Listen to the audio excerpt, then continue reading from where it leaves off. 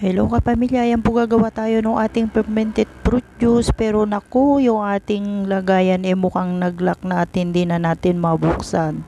Ayan, at napasobrahan sa lock yung ating paglalagyan ng ating fermented fruit juice, at tayo gagawa ngayon ng ating fermented fruit juice. Yan po yung ginagamit natin, at yung ating ginagawa ay yung mga prutas na sira na o kaya yung mga bulok na pwede yung gamitin, kasi yun maganda sa ating fermented fruit juice. Yun yung ginagawa natin. Yan po yung ating gagawin, at ito may natira tayo nung nakaraan, kaya lang dadagdagan natin. Syempre ito yung ating ginagamit, yung ating molasses, yun yung tira natin nung nakaraan, kaya gagawa ulit tayo ng ating fermented fruit juice. Pero yung iba mga kapamilya, kasi ang sukatan nila, dahil minsan walang mabiling molasses, yung iba 1 kilong asukal, 1:1, 1 kilong asukal, 1 kilo din yung mga prutas o mga balat ng prutas. Yan yung ginagamit natin, kasi 1:1 yung sukatan nila. Kung kunyari yun naman sa atin, 1 litro yung nilagay natin, kasi molasses yan.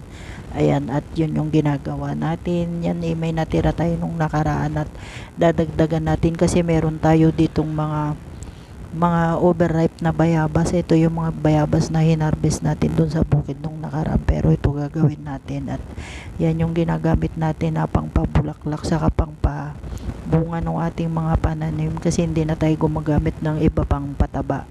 Yan na lang yung ginagamit natin sa ating garden, para hindi na tayo bumibili, kasi yung mga yan libre lang natin nakukuha. Sa yung mga balat ng saging, laman ng saging, dyan sa palengke marami pong mga ipinapahingi ng mga iba, yung mga overripe na po, yun pwede po yun hingin pagka meron kayong mga suki na nagtitinda. At yan yung ginagamit natin pagka gumagawa tayo. At yan maganda po mga kapamilya, pagka may mga ganyan tayo, yan na yung pinagdidilig natin. Naglalagay lang tayo ng konti, tapos hinahaluan natin ng tubig. Yan yung pinagdidilig natin sa ating mga pananim. At ito yung saging natin, nahingi natin yan sa palengke nung nakaraan, at yan sayang naman kung itatapon lang nila, magagamit pa rin natin. Kaya yan kapamilya, yun po yung ginagamit natin dun sa ating mga pananim. At dalawang klase po yung mga ginawa natin kapamilya. Yung isa naman yung isdang binuro, pero ang nilagay din natin molasses, yung pinanglagay natin. Kaya ayan kapamilya, ganun din po yung sukatan nun, isda yung ginagamit natin, kaya maganda yung mga ganun. At yun naman yung ginagawa nating pataba sa ating mga maliliit pang pananim. Mabilis sila, at maganda pong bumulas yung ating mga pananim. Kaya ayan kapamilya, yan po yung maganda pagka pwede na tayong magtanim. Ayan, ini-stack lang natin yan, at dyan kahit matagal yan, hindi yan masisira mga kapamilya, at maganda po yan. Mas matagal, mas maganda pong epekto dun sa ating mga pananim. Ayan, kukuha ka lang na konti lang yung ginagamit natin, tapos 1 timbang tubig. Siguro mga kalahating baso lang, ganun. Kaya ayan yung ginagamit natin. Maganda po yung mga kapamilya, at yan yung nagawa natin. Yan po yung itsura nila kapamilya. Yan mga halo-halo na po yan, balat ng prutas. Kahit anong mga prutas. Ito yung mga tanim nating talong mga kapamilya, pero tatanggalan natin din ng mga dahon ito. At tingnan nyo naman ang kapal na ng dahon ng ating mga pananim. Kaya tinatanggalan natin ng mga dahon. Ayan kapamilya, may mga nakatirang mga aphids, o kaya yung powdery mildew. Yun yung mga sakit po ng ating mga pananim pagka ganyan nag-uulan. Kaya pagka ganyan, may nakikita na tayong mga ganyang mga dito sa dahon ng ating pananim. Tinatanggal na natin yan mga kapamilya, at yan po hahawa po dun sa mga ibang pananim natin. Kaya ayan yung tinatanggal natin, yung mga tuyong dahon, yung mga lumang dahon, pwede nang tanggalin yan, kasi hindi na nakakatulong sa ating mga pananim yan. Kaya tatanggalin natin para yung mga pananim natin mag-focus, mamulaklak at magbunga. Kaya yan yung ginagawa natin. At saka syempre pagka makapal yung dahon, tirahan nga po ng mga insekto yan. Kaya ayan yung ginagawa natin mga kapamilya, tinatanggalan natin ang mga dahon para yung mga ibang dahon niya hindi tumira dyan yung mga insekto. Kaya yan yung ginagawa natin, lalo na ngayon panay ang tag-ulan, kaya syempre yung mga insekto nandyan sa mga dahon nakatira ngayon. Kaya yan yung ginagawa natin kapamilya, nagtatanggal tayo ng mga dahon-dahon dahon para yung ating mga pananim ay magliwanag yung mga ilalim niya para yung hangin dire-diretso at mag-focus sila mamunga at mamulaklak.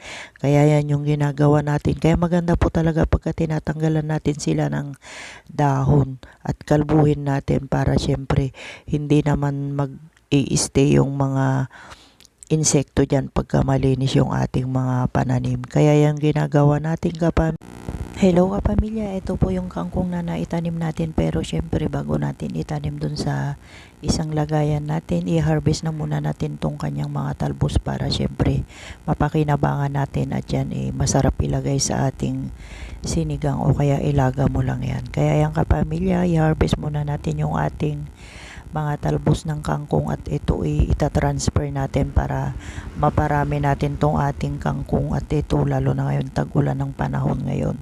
Kaya ayan, itatransfer na natin siya para mabuhay siya ulit o kaya dumami.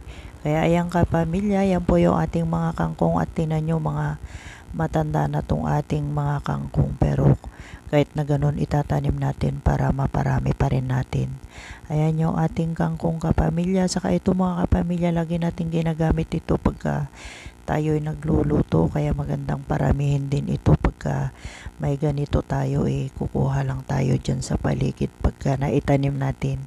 Kaya ayan, marami-rami itong itatanim natin kasi nga marami pa rin siyang mga sanga na naghumaba. Kaya ayan yung ating itatanim mga kapamilya. Yan po yung ating Chinese kangkong ito kapamilya yung naitanim natin. Kaya itatransfer na natin sa ating taniman.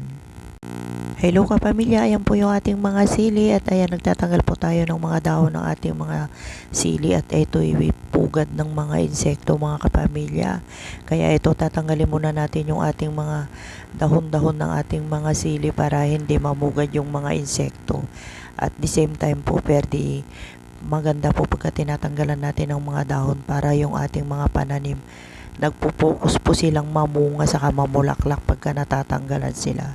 Kaya yan yung ginagawa natin lalo na ngayon panahon po ng tag-ulan at panay ang ulan kaya yung mga pananim natin maganda pag nauulanan. Kaya lang syempre tatanggalan natin ng mga ibang dahon para hindi mamugad yung mga insekto dyan sa ating mga pananim para yung ating tanim mag-focus silang mamunga at mamulaklak.